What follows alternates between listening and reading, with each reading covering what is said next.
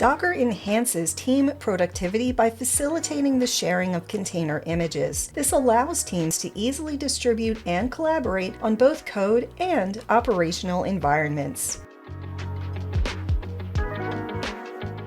A Docker container image is a lightweight, standalone, executable package that includes everything needed to run a piece of software, including the code, a runtime, libraries, environment variables, and configuration files. A registry provides a safe place to store and share your Docker images among teams. Docker Hub is the primary registry for storing and finding container images, offering a platform to host your images and access others for use or as bases for your own images. Now let's take a look at how all this works by creating a registry and pushing an image. First, we need to create our repository in Docker Hub. This is where we'll store our images. Navigate to hub.docker.com and log into your account or create a new account if you don't yet have one. I'm going to create a new public repository and name it Getting Started to Do app.